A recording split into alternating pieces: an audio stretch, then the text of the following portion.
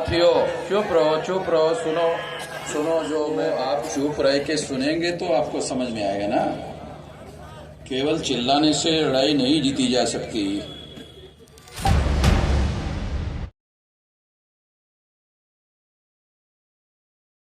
साथियों, EVM machine के विरोध में देश भर में आंदोलन शुरू हो रहा है और आज ईवीएम मशीन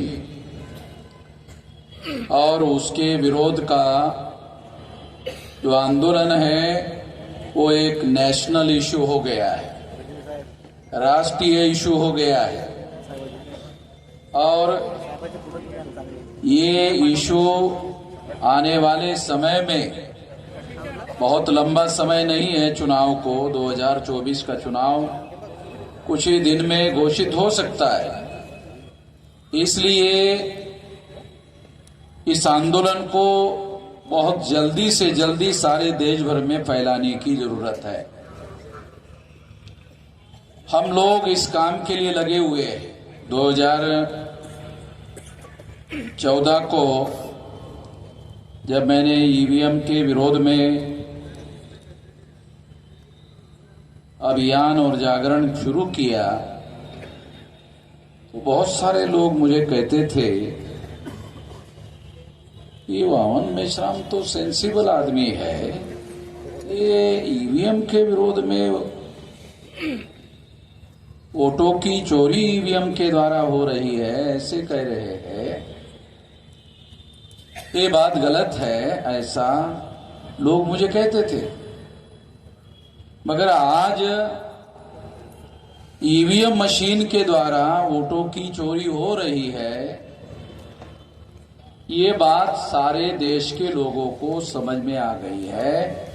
इसलिए मुझे बहुत ज्यादा खुशी हो गई है कि अब ये जनता का प्रश्न हो गया है, जनता का इश्यू हो गया है, ये जनता की लड़ाई हो गई है। ये लड़ाई अब मेरी नहीं रही है, मैं यही चाहता था।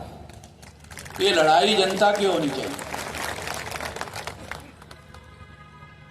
और उससे भी बड़ी खुशी की बात यह है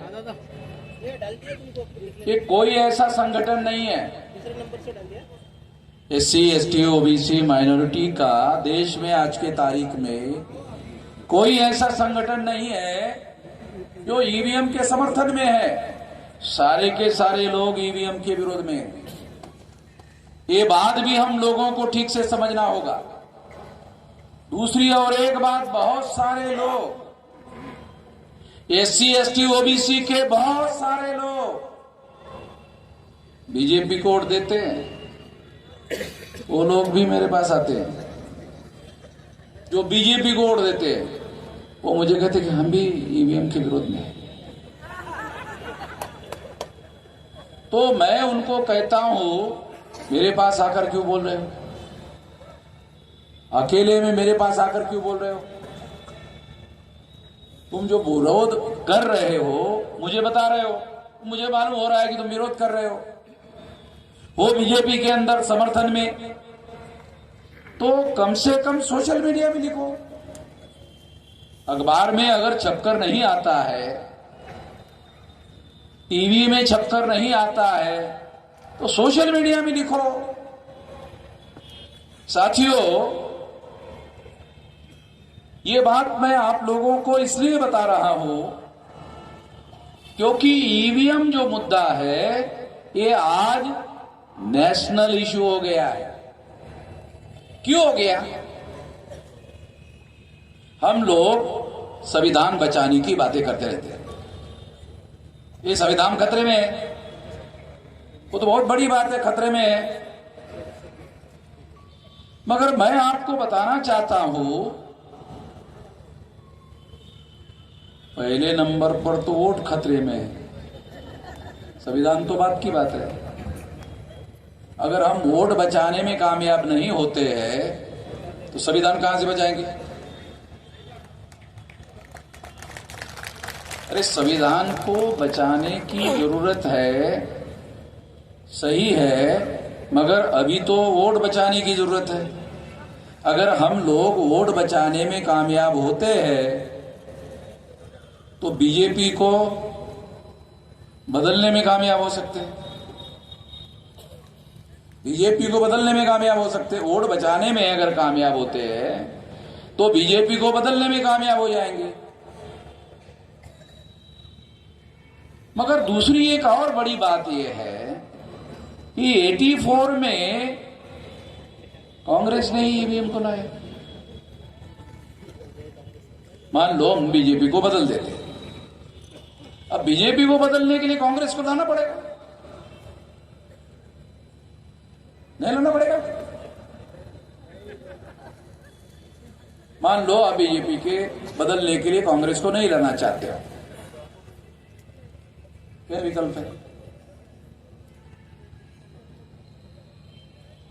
तो इसलिए मैं एक और बात कहना चाहता हूं, ज्यादातर लोग सारे देश भर में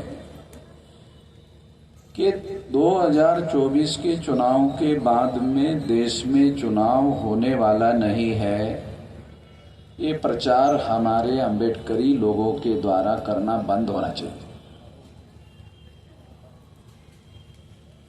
तो ज्यादातर जो इमोशनल लोग हैं उनको समझ में नहीं आता, इससे डर पैदा होता है। जागरण करने की जरूरत है, डर पैदा करने की जरूरत नहीं है। कितने लोगों को यह बात समझ में आती है? जागरण करने की जरूरत है, डर पैदा करने की जरूरत नहीं है। मान लो आप अपने प्रचार के द्वारा डर पैदा करते हो कि 2024 के चुनाव के बाद दोबारा चुनाव होने वाला ही नहीं है, तो डर पैदा करने वाली बातें हैं।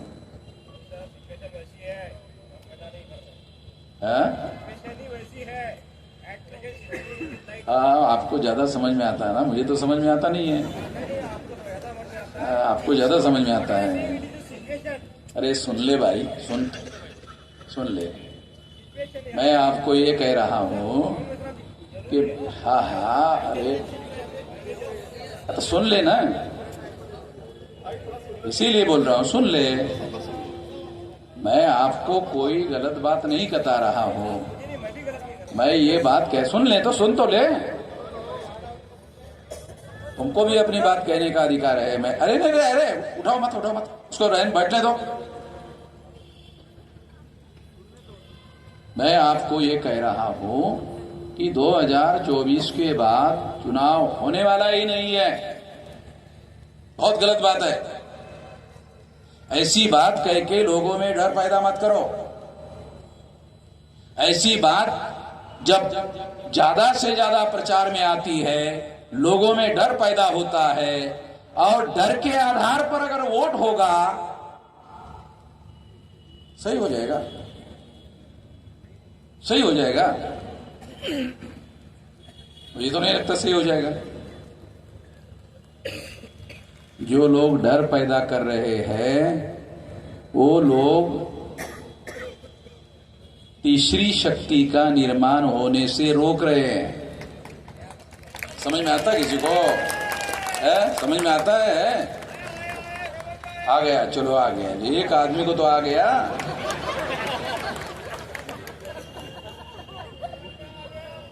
तो मैं आप लोगों को ये बताना चाहता हूं कि कोई भी प्लान बनाकर, योजना बनाकर जब देश में अभियान चलाया जाता है तो उसके पीछे कैलकुलेशन होता है। वो कैलकुलेशन ये होता है कि ये लोग इसका, बीजेपी का तो विरोध कर रहे हैं, मेरे को ही मिलना चाहिए। ये कैलकुलेशन है। हमारा कैलकुलेशन क्या है? जो बहुजनवादी लोगों का कैलकुलेशन क्या है कि नहीं, ऐसा नहीं होना चाहिए। अगर ऐसा नहीं होना चाहिए, ये हमारा कैलकुलेशन है, तो हम सोचते हैं डर पैदा नहीं करना चाहिए। विवेक से वोट होना चाहिए, जागरण से वोट होना चाहिए, डर के आधार पर वोट नहीं होना चाहिए। डर के आधार पर वोट होगा, बदलाव नहीं होगा, परिवर्तन नहीं होगा। और बहुत बड़े पैमाने पर डर पैदा किया जा रहा है। मैं इसके बहुत ज्यादा विरोध में हूं, सारे देश भर में इसके विरोध में हूं। सारे देश भर में हमारा जो संगठन है, कैडर बेस्ड ऑर्गेनाइजेशन है, सारे देश भर में ये बात हम लोगों को समझा रहे हैं, ये समझा रहे हैं, बता रहे हैं। जो लोग लोगों के अंदर डर पैदा कर रहे हैं, वो लोगों के अंदर जागरण पैदा नहीं होने दे रहे। लोगों के अंदर जागरण पैदा करने की जरूरत है। जागरण से विकल्प खड़ा होगा, जागरण से अल्टरनेटिव खड़ा होगा, और जागरण करना जरूरी है। कांग्रेस जाएगी तो बीजेपी आएगी, बीजेपी जाएगी तो कांग्रेस आएगी। क्या होगा? तो पहले भी हुआ। 84 में 26 जनवरी 1950 को संविधान लागू हुआ और 1952 से प्रथम लोकसभा का चुनाव हुआ, तो वोट से होता था। चुनाव वोट से ही होता था, वोट से ही हो रहा था। 84 तक वोट से ही होता रहा। 84 के बाद से ईवीएम मशीन लाया गया और 84 को काशीराम जी ने बहुजन समाज पार्टी बनाई,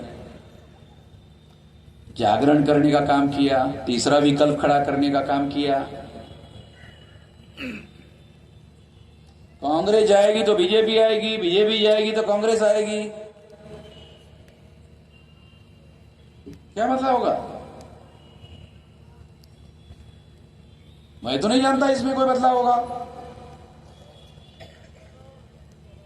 तीसरी शक्ति का निर्माण होना जरूरी है। कम से कम तीसरी शक्ति इतनी बड़ी होनी चाहिए कि जो फुले शाहू आंबेडकर की विचारधारा को लेकर चलने वाले जो लोग हैं, वो कम से कम बैलेंसिंग पावर में हो। अगर वो रूलिंग पावर में नहीं है तो कम से कम बैलेंसिंग पावर में हो। एक खबरदारी आपको लेनी चाहिए। अगर मैं अपने लेवल पर खबरदारी लेने का काम करता हूं तो मेरे अकेले के लेवल पर खबरदारी लेने से बात नहीं होगी। लोगों के लेवल पर, जनता के लेवल पर एक खबरदारी लेना जरूरी है। इसलिए ये बात खास तौर पर मैं समझा रहा हूं। मैं भी लोगों की बातें सुन रहा था। मैं 18 साल 3-4 महीने की मेरी उम्र थी, तब से मैं आंदोलन में हूं। अभी मेरी उम्र 67 साल की है, तो राउंड अबाउट 50 साल हो गए। या तो बहुत सारे लौंडे तो अभी 25-30 साल के भी नहीं होंगे। और जब मैंने आंदोलन शुरू किया था, हम आंदोलन कर रहे थे, तो वो पैदा भी नहीं हुए थे। चलो अब पैदा हो गए तो अभी तो मेरे को ऑब्जेक्शन तो है नहीं। तो मैं जो लोग, नौजवान लोग हैं, उन लोगों को आने वाले समय में उनके भविष्य का मामला है, उसके लिए बता रहा हूं। ऐसे नौजवान लोगों के भविष्य का मामला है और इस परिस्थिति को बदलने की आवश्यकता है। इसलिए हम लोग ईवीएम का मुद्दा उठा रहे हैं, क्योंकि ईवीएम क्या कर रही है? ईवीएम वोटों की चोरी कर रही है। वोट का अधिकार क्या करता है जानते हो? वोट के अधिकार में 2 अधिकार शामिल है। वोट के अधिकार में 2 अधिकार शामिल है, शासक चुनने का, शासक बनने का। ध्यान से सुनो, तो बता रहा हूं। वोट का अधिकार जो है उसमें 2 अधिकार शामिल है, एक शासक चुनने का, दूसरा शासक बनने का। तो 84 तक तो हम चुनते ही रहे दूसरों को। 84 तक हम दूसरों को चुनते ही रहे। तो दूसरों को चुनने से विकल्प खड़ा नहीं होता। वोट के अधिकार में शासक चुनने का अधिकार ही नहीं है, बनने का भी अधिकार है। ये समझने के लिए 84 तक का समय चला गया। 84 में काशीराम जी ने बहुजन समाज पार्टी बनाई और बनने का एजेंडा घोषित किया। बनने का एजेंडा घोषित करने के बाद ईवीएम लाया गया। थोड़ा आपको हिस्ट्री बता रहा हूं, ईवीएम क्यों आई, ऐसे ही हवा में थोड़ी आई, उसके पीछे कारण था। उसके पीछे हिस्टोरिकल कारण था कि अब लोग शासक चुनने का काम नहीं करना चाहते, शासक बनने का काम करना चाहते हैं। जो बाबा साहब आम्बेडकर ने कहा था, शासन करती जमात बनना हमारा मकसद है, हमारा उद्देश्य है।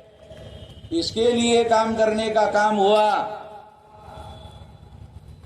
नहीं तो काशीराम जी के पहले हमारे महाराष्ट्र में पार्टी तो थी ना, वो तो टिकट मांगने के काम करते थे। उसके बारे में बोलकर मैं अपना मुंह खराब नहीं करना चाहता। खामखा वो जायका जो है मुंह का खराब हो जाएगा। तो इसलिए ये तो उनको मालूम था, उनके सामने बाबा साहब ने कहा था शासन करती जमात बनना हमारा मकसद है। उन्होंने उसके लिए कोई एजेंडा नहीं बनाया, उसके लिए कोई राष्ट्रीय स्तर का संगठन नहीं बनाया। महाराष्ट्र के जो लोग थे, महाराष्ट्र के बाहर जाकर संगठन बनाए, मुझे तो नहीं मालूम। हम लोगों के द्वारा अभी 625 जिलों में संगठन की शाखाएं मैंने फैलाई। 625, 729 जिले हैं। नॉर्थ ईस्ट रीजन के 4 स्टेट अगर छोड़ दिए जाए तो 729 जिले हैं। उसमें से फुले शाहू आम्बेडकर की विचारधारा को मानने वाले जो लोग हैं, SC, ST, OBC, कुछ लोग हमारे अम्बेडकरी लोग ये भी कहते हैं, क्या कहते हैं, ओबीसी के बंधुओं, हम जागृत हो गए हैं, आप कुछ कर नहीं रहे हो। अरे तो अम्बेडकरी लोगों का काम है भाई, ये काम तुम्हारा है, उनका नहीं है, तुम्हारा है। जिसको अकल आएगी वही ना अकल बांटेगा, जिसको समझदारी आई वही ना समझदारी बांटेगा, जिसको समझ में आएगा वही ना समझदार बनाएगा।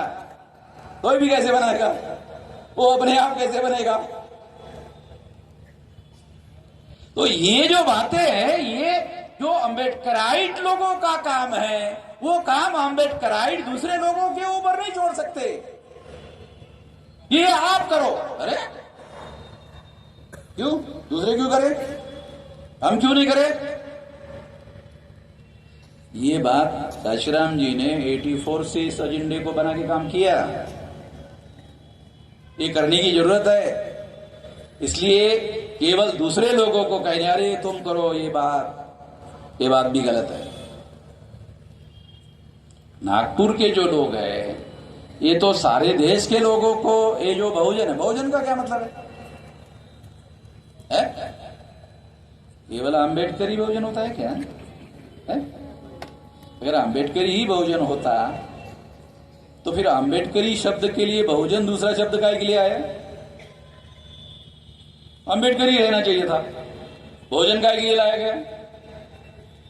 बहुजन लाया गया, इसका मतलब यह है कि अम्बेडकरी से आगे अब इसको बढ़ोतरी करने की जरूरत है, बहुजन लोगों तक ले जाने की जरूरत है। शेड्यूल कास्ट के लोग 15%, शेड्यूल ट्राइब के लोग 7.5%, 22.5%, 52% लोग ओबीसी, कितने हो गए? 74.5%। 10-12% लोग अगर ये माइनॉरिटी मान लो, हो गए 85%। तो 85% की बात काशीराम जी ने कही।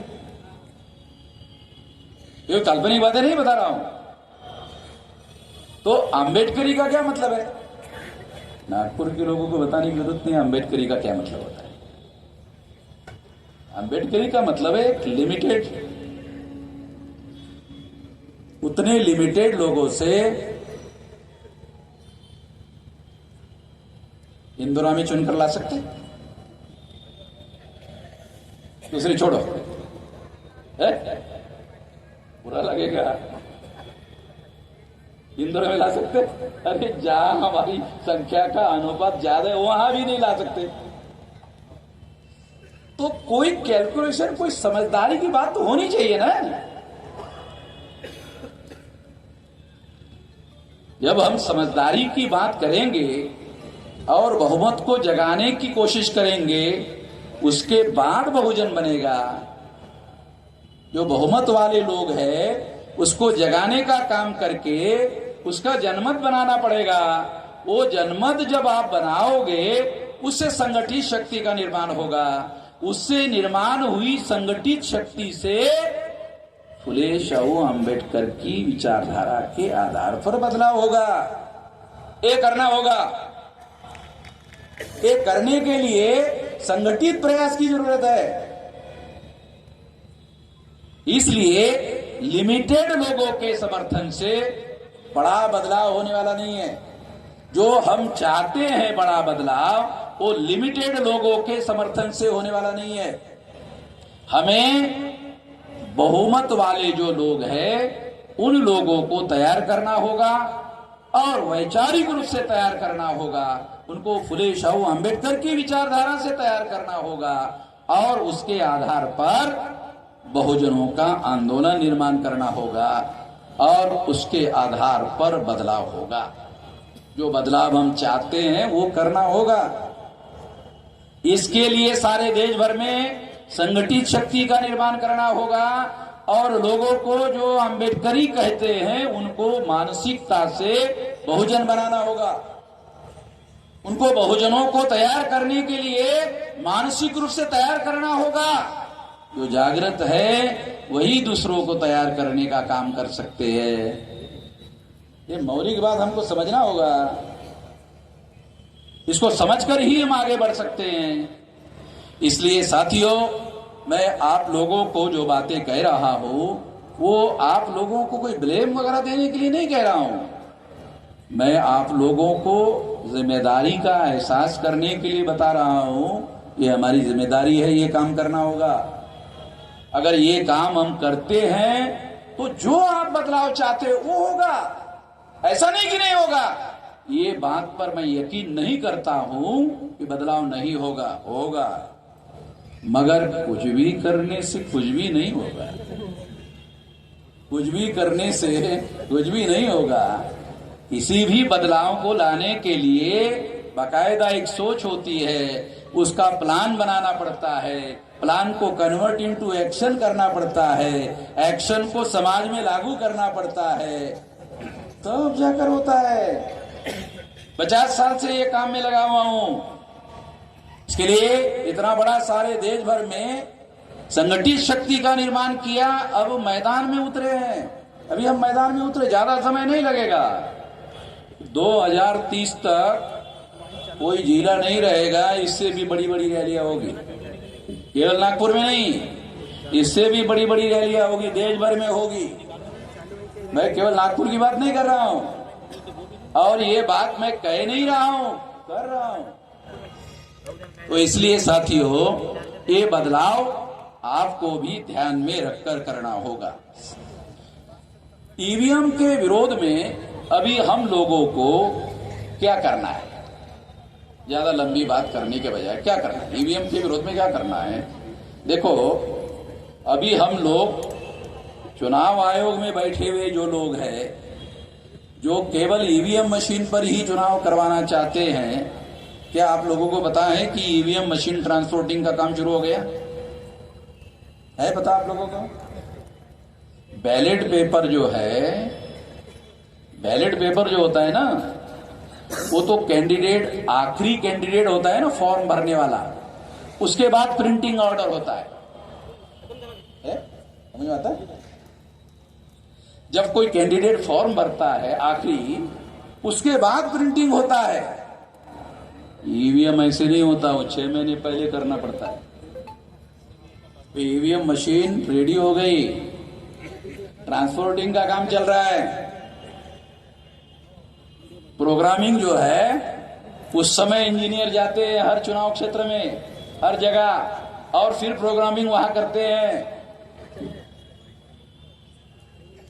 तो बैलेट पेपर जो है वो इस तरीके से काम किया जा सकता है। आखिरी कैंडिडेट का फॉर्म भरने के बाद में, विड्रॉल के बाद में, क्लियर लिस्ट होने के बाद में प्रिंट करके किया जा सकता है। उसकी छपाई अभी करने की जरूरत नहीं है, उस समय होगा।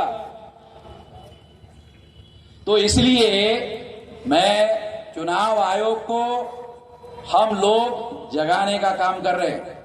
संविधान के दायरे में रहकर फ्री, फेयर एंड ट्रांसपेरेंट चुनाव करने की जिम्मेदारी है चुनाव आयोग पर। और फ्री, फेयर एंड ट्रांसपेरेंट चुनाव फंडामेंटल राइट है, ये संवैधानिक अधिकार नहीं है, फंडामेंटल राइट है। हमारे लोगों को यह भी समझ में नहीं आता संवैधानिक अधिकार और फंडामेंटल राइट में क्या फर्क है। ये फंडामेंटल राइट है, केवल संवैधानिक अधिकार नहीं है। और फंडामेंटल राइट जो है सुप्रीम कोर्ट भी उसका वायलेशन नहीं कर सकता। सरकार के पास तो उसका वायलेशन करने का अधिकार ही नहीं है। ये हमारा फंडामेंटल राइट है, फ्री, फेयर एंड ट्रांसपेरेंट चुनाव। हम जिसको चुनना चाहते हैं उसी की सरकार होनी चाहिए, हम जिसको चुनना नहीं चाहते हैं उसकी सरकार नहीं होनी चाहिए। ये फंडामेंटल राइट है। अगर ये भी हम लोग बचाने में कामयाब नहीं होते हैं तो हम डींग हाँकने का काम करना बंद कर दे कि संविधान को बचाएंगे। अरे वोट को बचा ले भाई, पहले वोट को बचा ले, फिर बाद में संविधान को बचाने की बात कर ले। अगर हम वोट नहीं बचा पाएंगे तो संविधान कहां से बचा पाएंगे? अगर वोट बचा लेंगे तो बीजेपी को नीचे गिरा देंगे। बीजेपी वाले जो है ये नरेंद्र मोदी को उन्होंने सामने किया। बीजेपी वाले, आरएसएस वाले, ये तो ब्राह्मण लोग हैं ना। ऐसा जब मैं बोलता हूं कुछ लोगों को ये भी अच्छा नहीं लगता है, बुरा लगता है। अरे 3.5% है, ये 3.5% लोगों को ग्राम पंचायत में चुनाव जीत सकता है। अरे पार्लियामेंट में चुनाव जीतने, अबे ग्राम पंचायत तो जितवा ले। मैं ऐसे कई गांव जानता हूं, आप लोग भी जानते होंगे, ब्राह्मण गांवों में ग्राम पंचायत का चुनाव ही नहीं लड़ते। गांव में देश का लड़ते।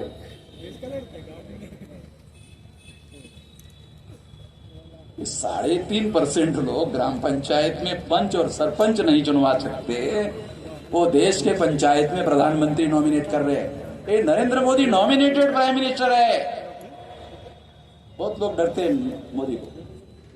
मैं तो एलानिए कहता हूं कि नरेंद्र मोदी ये रियल प्राइम मिनिस्टर नहीं है, ये नॉमिनेटेड प्राइम मिनिस्टर है। कितने लोगों को रियल रिप्रेजेंटेशन और नॉमिनेटेड रिप्रेजेंटेशन समझ में आता है?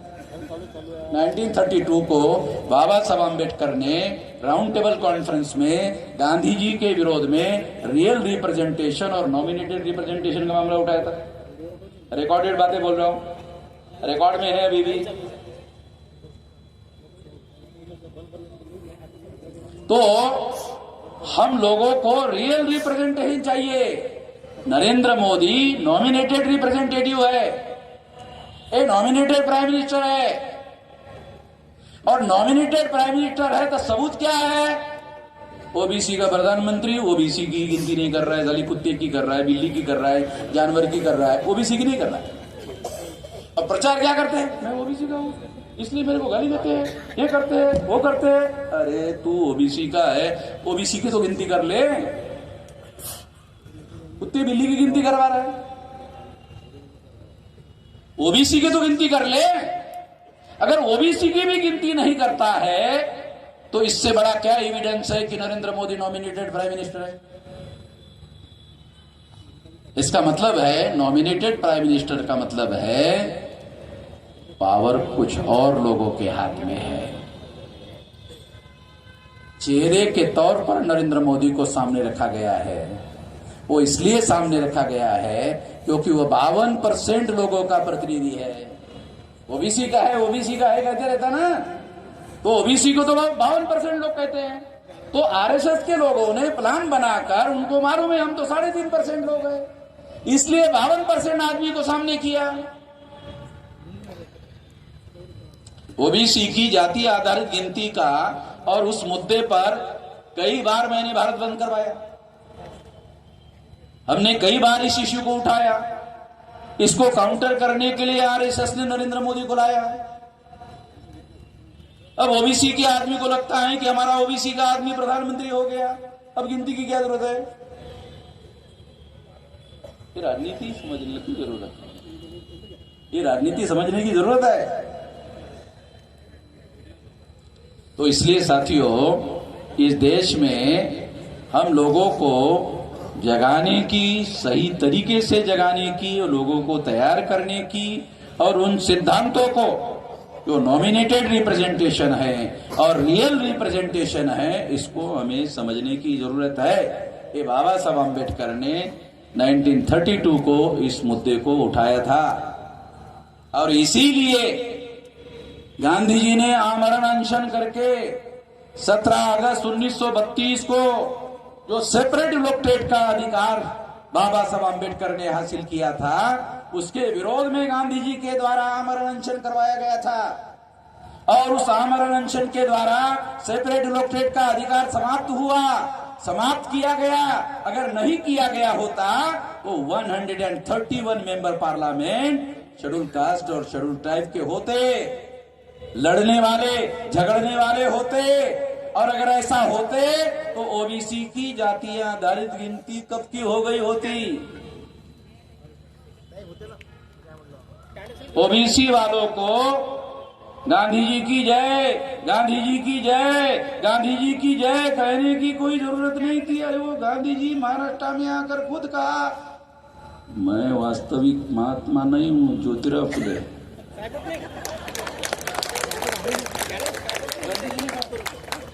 मैं वास्तविक नहीं हूं। अरे ईमानदार आदमी था गांधी जी, चाहे कुछ भी हो, अगर गांधी जी ईमानदार था, कम से कम इतने मुद्दे पर तो ईमानदार था। उसने कहा ज्योतिराव फुले वास्तविक महात्मा है। तो मैं आप लोगों को ये बताना चाहता हूं, कहना चाहता हूं कि ये लड़ाई हम लोगों को, बहुसंख्य लोगों को तैयार करके लड़ी जा सकती है, जीती जा सकती है। उसकी रणनीति हमारे पास होनी चाहिए, उसकी प्लानिंग हमारे पास होनी चाहिए, रणनीति हमारे पास होनी चाहिए। केवल भाषण करने से नहीं होगा, संगठित शक्ति चाहिए। इसलिए साथियों, ईवीएम मशीन को हम लोगों को बदलना है, तो बदलने के लिए अभी हमारे पास चुनाव घोषित नहीं हुआ। जब वोट पड़ेंगे उसके पहले तक हम लोगों को ईवीएम फोड़ने के लिए देश भर में कमेटियां बनाना होगा।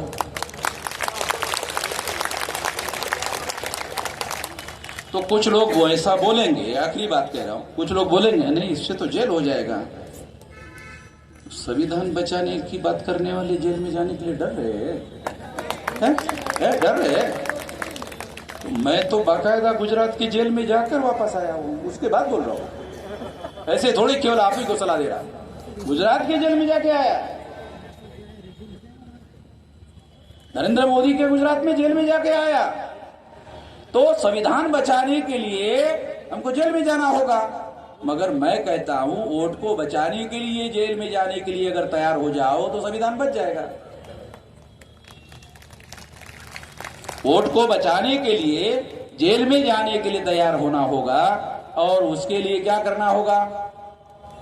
अगर हमारे जागरण से चुनाव आयोग नहीं जागा और बैलेट पेपर नहीं माना तो चुनाव तो होगा, ईवीएम से होगा, होने दो, ये तो चुनाव तो होगा। जैसे हमारे कुछ साथियों ने कहा कि फिर भी वोट डालने के लिए जाना होगा, हाँ मैं भी कह रहा हूं जाना होगा। नहीं जाओगे तो फोड़ोगे कैसे?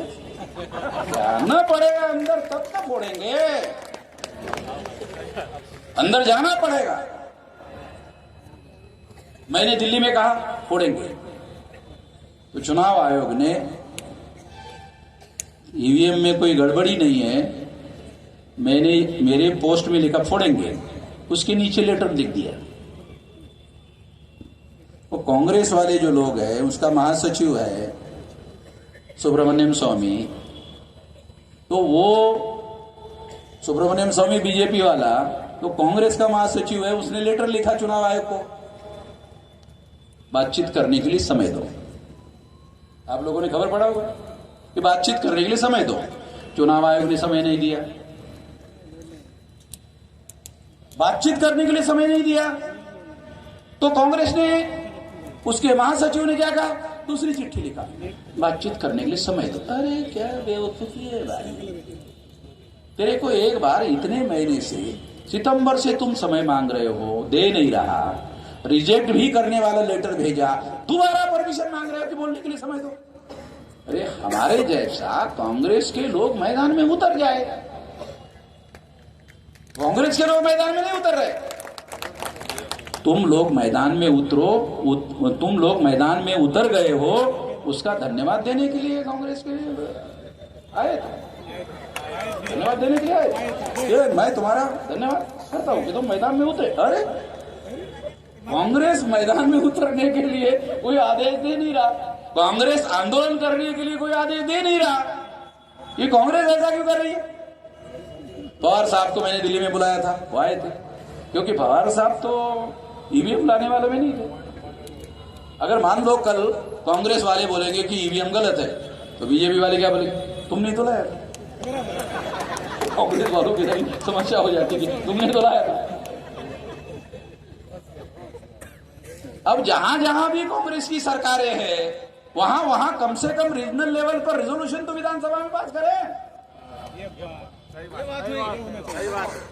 कम से कम विधानसभा में रेजोल्यूशन पास करें। ईवीएम लाने का विरोधी पार्टी के जो नेता हैं दिल्ली में, वो पार्लियामेंट में रेजोल्यूशन फेल हो जाए, रेजोल्यूशन तो रखे कि बैलेट पेपर ला।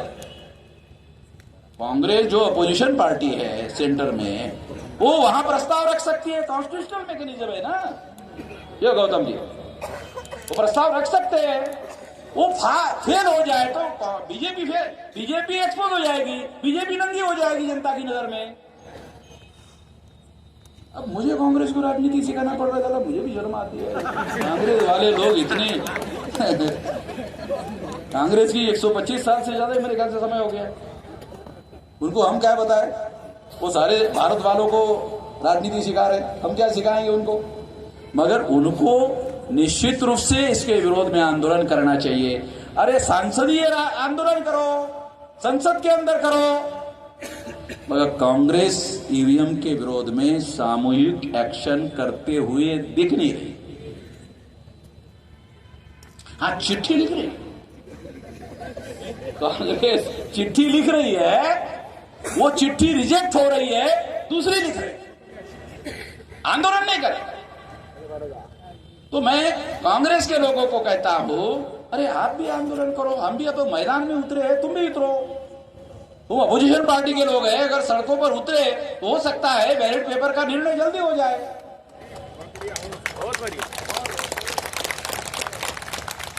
ऐसा हो सकता है, ऐसा मेरा मानना है। अगर कांग्रेस के लोग मैदान में उतरे तो जल्दी फैसला हो सकता है, क्योंकि जो इंडिया गठबंधन है, वो इंडिया गठबंधन में अभी कम से कम 26 पार्टी के लोग हैं। अभी आने वाले समय में हो सकता है और बढ़ जाए। तो ये 26 पार्टी के लोग जो है, अगर ये मिलकर बैलेट पेपर की मांग करना शुरू कर दे,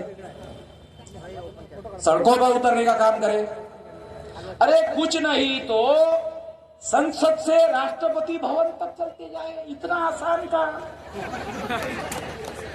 मतलब एक संसद की वहां इकट्ठा हो जाए, वहां चलते हुए जाए। अब इतना भी नहीं चल सकते।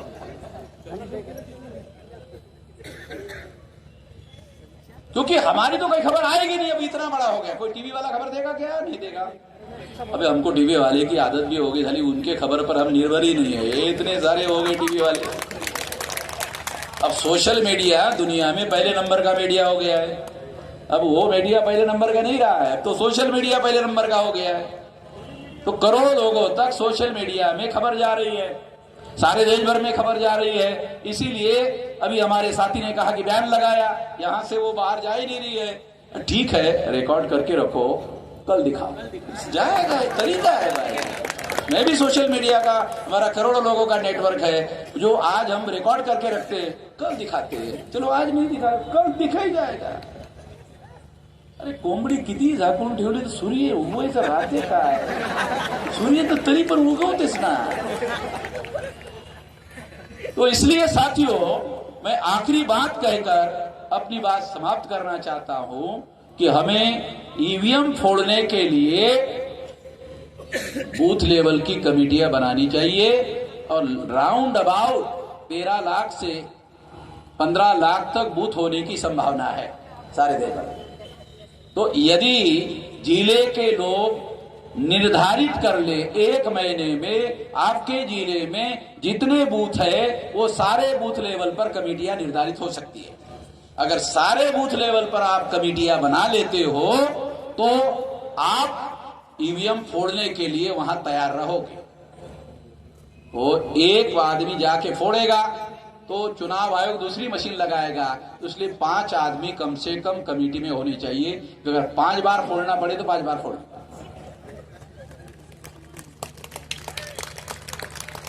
15 लाख लोग जब फोड़ेंगे ना, किसी को जेल नहीं होगी, लिख के देता हूं।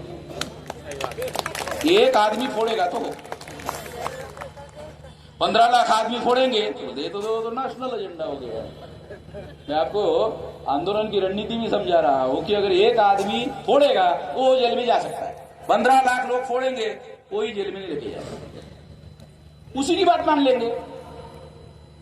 अरे समझ में, आप लोगों की बात अगर मनवाना चाहते हो तो 15 लाख लोगों की कमेटियां बनाओ और फोड़ने के लिए तैयार करो।